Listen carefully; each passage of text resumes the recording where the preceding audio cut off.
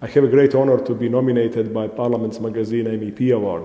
Being 10 years here in the European Parliament, I was always feeling that I'm a Latvian representative in the European Parliament, not being opposite European representative in Latvia, but at the same time I fully recognize the needs of common European single market, common European values. Coming from this small country, which is still geopolitically vulnerable from our neighbors in East, from Russia particularly last year, we always feel that strong Europe is our security as well. Being 7 years as a minister in Latvian government, now I have a great experience in Transport Committee, also being a coordinator for my political families in transport committees, and all my colleagues in Transport Committee knows that I'm always fighting for the interests of Baltic area, because it was a very particular area in a transport policy field, as the same as the energy field, where we still feel as isolated islands of European Union.